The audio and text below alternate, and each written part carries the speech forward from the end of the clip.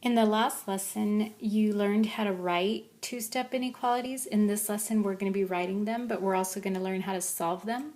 So we're going to first work with our algebra tiles like we did with the two-step equations. And in this first problem, they want us to model and solve this equation right here, which says 4d minus 3 is greater than or equal to 9. So these are all drawn for you. We're just going to walk you through these. In step 1, they're just modeling the problem. So on this side, that 4 is positive, so they have 4 positive variable tiles. Minus 3, so they have 3 negative tiles. Is greater than or equal to, remember that's the middle of your mat. And on the other side, on the right side, we have a positive 9, so we have 9 positive tiles. Remember that the first thing we want to do is isolate the variable. So I want to get the d all by itself. So I need to get rid of the 3 negatives. Well, the only way to get rid of 3 negatives is to bring in 3 positives. Well, then you have to remember that whatever you do to one side, you have to do to the other side. So we brought in 3 positives on the other side. When we bring in the positives, that creates 0 pairs. So that's the only way to get rid of our negatives. So these 0 pairs are actually going to all be removed. Okay, once we remove our 0 pairs from the left side, all we're going to have left are those 4 positive variable tiles. And on the right side, we still have, now we have 12 actually. We had 9, but since we added those 3, now we have 12. Well, since our goal is to find out what one of these equals, one of our variables, we divide it into equal groups. And since we have 4 on this side and 12 on this side, then each variable is going to equal positive 3. So the solution to this equation is that d is greater than or equal to 3. So in the your turn, you're going to be doing exactly that. So these rectangles are going to represent your mat, and you're going to be modeling exactly like you see above. What would you do to solve for the variable in each of these problems? So pause your video.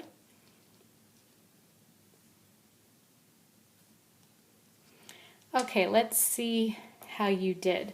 On your left side of your mat, you should have drawn 2 rectangles, because remember that the rectangles are stand for your variable tiles, and they're positive, so we put plus signs.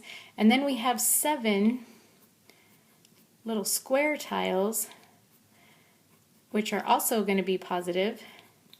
So you could have put little plus signs here. And on the other side, you should have drawn 11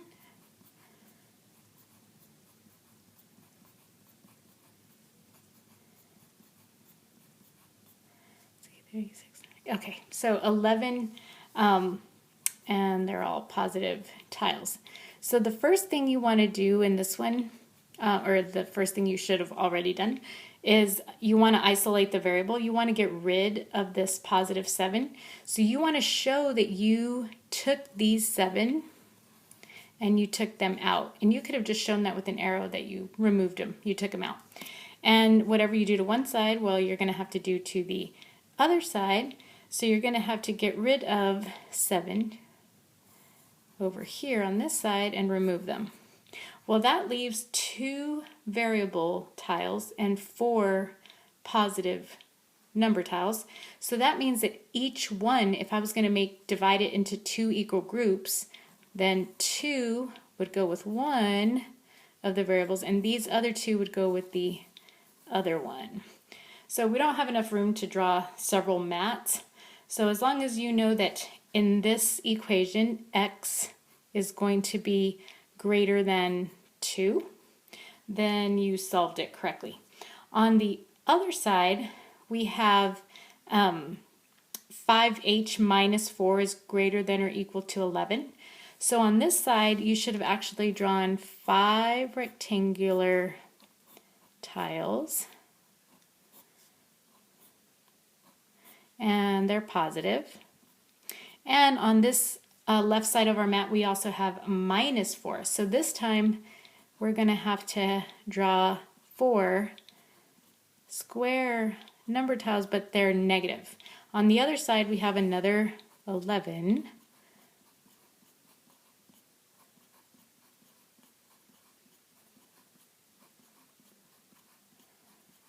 Okay, and these are positive. So if my first step was to get rid of my -4, well, again, the only way to get rid of negatives is to bring in 4 positives, because I'm trying to create 0 pairs so that I could get rid of them. So all of these 0 pairs, they cancel each other out. Okay, so they're gone.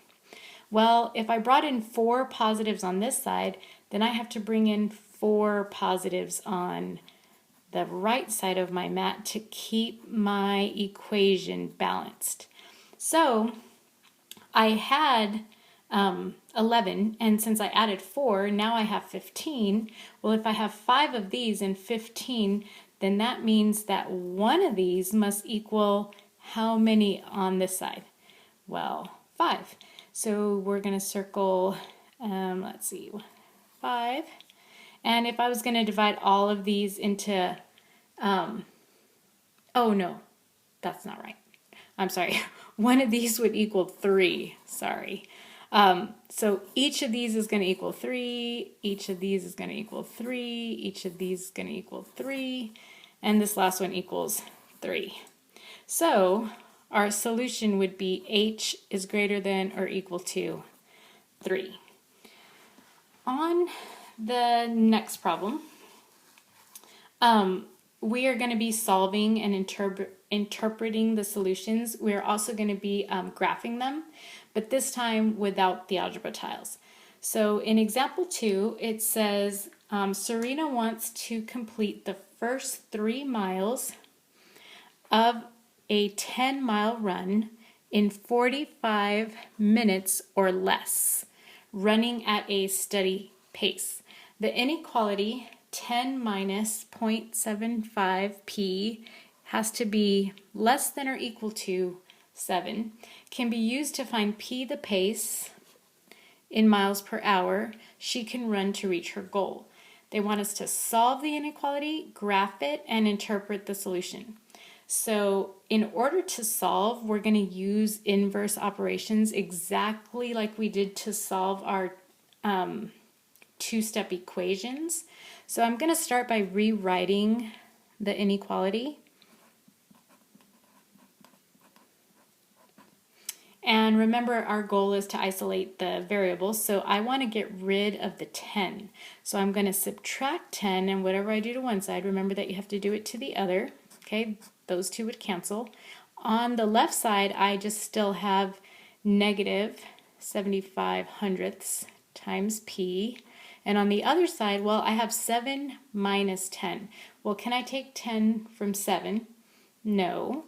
So this is where I'm going to write it horizontally just to show you guys. When you're subtracting, this is where when we're using subtraction with integers, we have to use the keep it, change it. So it really becomes 7 plus a negative 10, which happens to be negative 3. Okay, because a positive and a negative, I can't add them, I have to subtract them. And it's negative because the negative 10 has a greater absolute value. So now I'm left with the negative 75 hundredths times p is less than or equal to negative 3. Well, I still want to get that p all by itself. I need to get rid of this negative 75 hundredths. So I'm going to have to divide by negative 75 hundredths. And whatever I do to one side, I have to do to the other side. Well, when you're solving two-step inequalities, whenever you divide or multiply by a negative, only when it's by a negative, you're going to have to reverse the sign.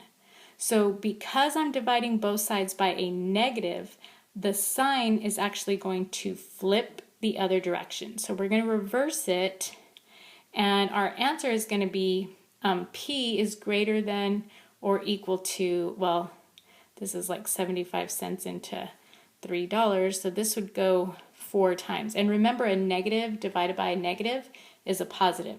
Okay? So you have to remember all these rules. When you're subtracting integers, you're going to have to do the keep it, change it, change it.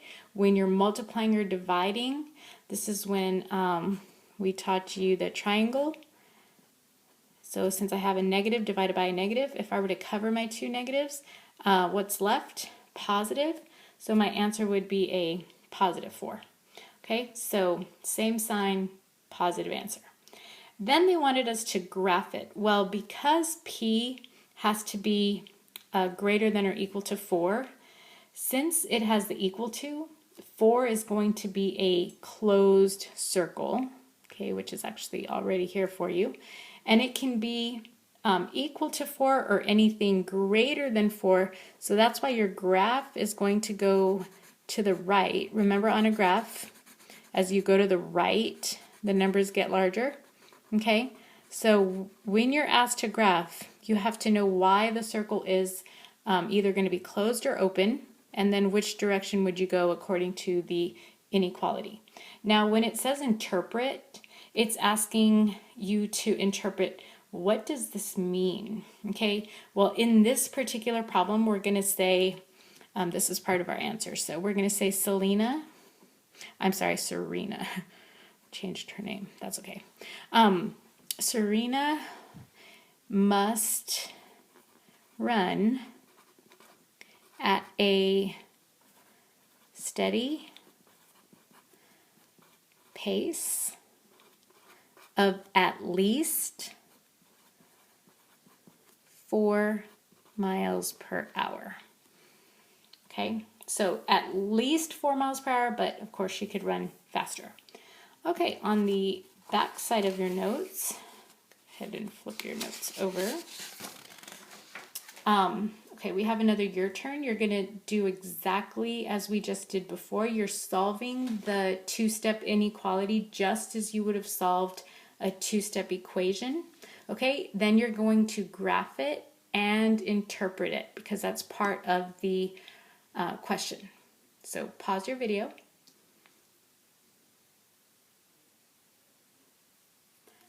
Okay, let's look at this problem together.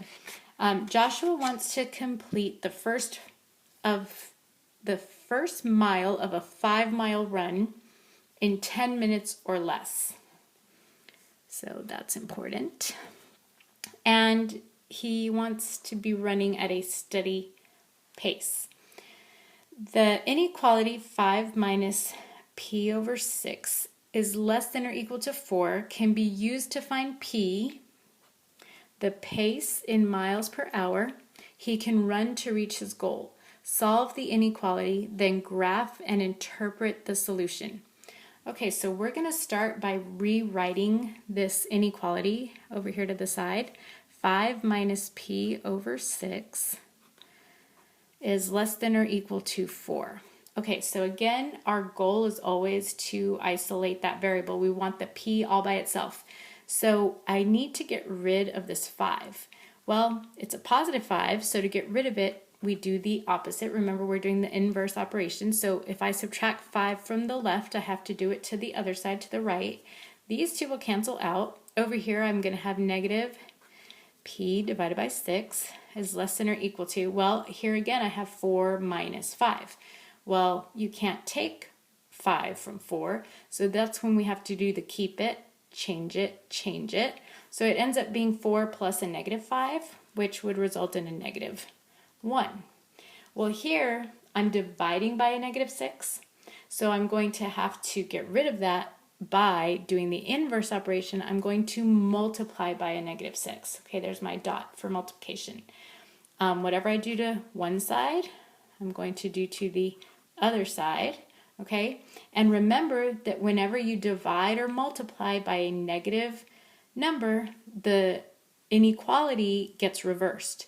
So here we have p, and instead of less than or equal to, p is going to be greater than or equal to, and over here a negative being multiplied by a negative, remember, same sign, is going to be a positive answer. So P is actually going to be greater than or equal to 6. Okay, so that's part of our answer. P is greater than or equal to 6. You want to write that on the line. And then you should have graphed it. Well, if P is greater than or equal to 6, does that include 6? Yes, and that's why this should be a solid closed circle. And since P has to be either equal to or greater than, it's going to be all the numbers to the right of P as well. Okay? When we're interpreting what this means according to this particular problem, this means that Josh has to run at a steady pace of at least 6 miles per hour. All right, in the next section, we also did this when we were solving two-step equations, determining if a given value makes the inequality true. And all we have to do for this is use substitution, okay, to decide if a given value is true or not. So in example number 3, it says that at Gas and Wash, gasoline sells for $4 a gallon, and a car wash costs $12. Harika wants to have her car washed and keep her total purchase under $60. The inequality 4 times G plus 12 is less than 60 can be used to find G, the number of gallons of gas she can buy. So we're going to determine which of these is a value, which of these values is a solution to this inequality. So the first thing it's asking us to do in step 1 is just substitute each value. So if we substitute the first one, G equals 10. Okay, all you do to substitute is put the 10 in where the G was. Okay, then we're going to substitute G equals 11. Oh, that's a 4. 4 times 11 plus 12. And then G equals 12. We're going to plug in a 12 here. Okay, next we're going to actually evaluate, okay, which means find the value to each one. So I'm going to start by writing each inequality with the substitution already in there. Okay, and you know you have to multiply before we can add. So 4 times 10 is 40. 40 plus 12, well, that's 52, is less than 60. Is this true? Is 52 less than 60? Yes. So this one actually works out. It's true. Now we're going to try the next one, 4 times 11 plus 12, and see if this is less than 60. Well, that's 44 when I multiply. 44 plus 12 is 56, and is 56 less than 60? Yes, this one is also true. And we're going to try that last one, 4 times 12 plus 12 is less than 60. 4 times 12, that's 48. 48 plus 12, well, that is 60. So is 60 less than 60? No. So this one is not true, because remember, it doesn't have our equal sign, so it doesn't include 60. So when we interpret what is going on here, we're going to write Harika can buy 10 or 11 gallons of gas, but not 12. Okay, so now they want us to go ahead and actually solve the inequality. Okay, they want us to solve and graph.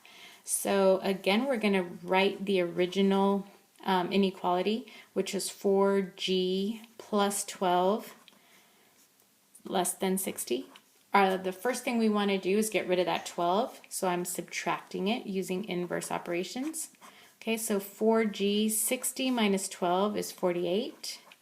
When I divide both sides by 4 to get G all by itself, G is going to be less than 12. Well, if G is less than 12, does that include 12? No. So that's why the circle is open on the 12 because it can't include 12. And since G has to be less than 12, we're going to the left in this one. But I want you guys to notice something that's different over here, that it doesn't keep going with the arrow. It stops and there's a closed circle on the 0. Okay? That's important because we hadn't seen that before. And that's because every problem's different. But in this case, the closed circle represents the minimum amount she can buy, which means she doesn't buy any gallons of gas at all. But you can't buy a negative number of gallons. That's why it cannot go into the negative numbers. It can't go past to the left of 0. Okay? And the open circle at 12 means that she can buy up to any amount before you get to 12 gallons. Okay, but just not including 12 gallons. All right, on the your turn, the final your turn, pause your video, and you're going to do exactly what we did up here, use substitution to see which of these values make the inequality true. Pause your video.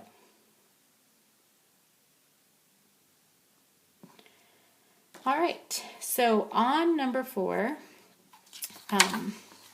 let's see, we're going to plug in a 9,